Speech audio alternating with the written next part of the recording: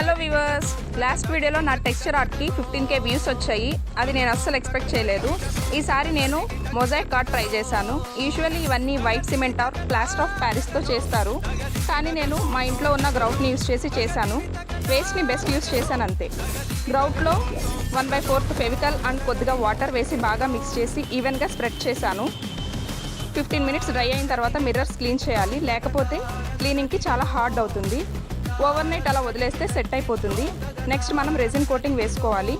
Ratio 2:1లో mix చేసి bubbles పోయేంత వరకు బాగా కలిపి ఆర్ట్ పైన అప్లై చేయాలి.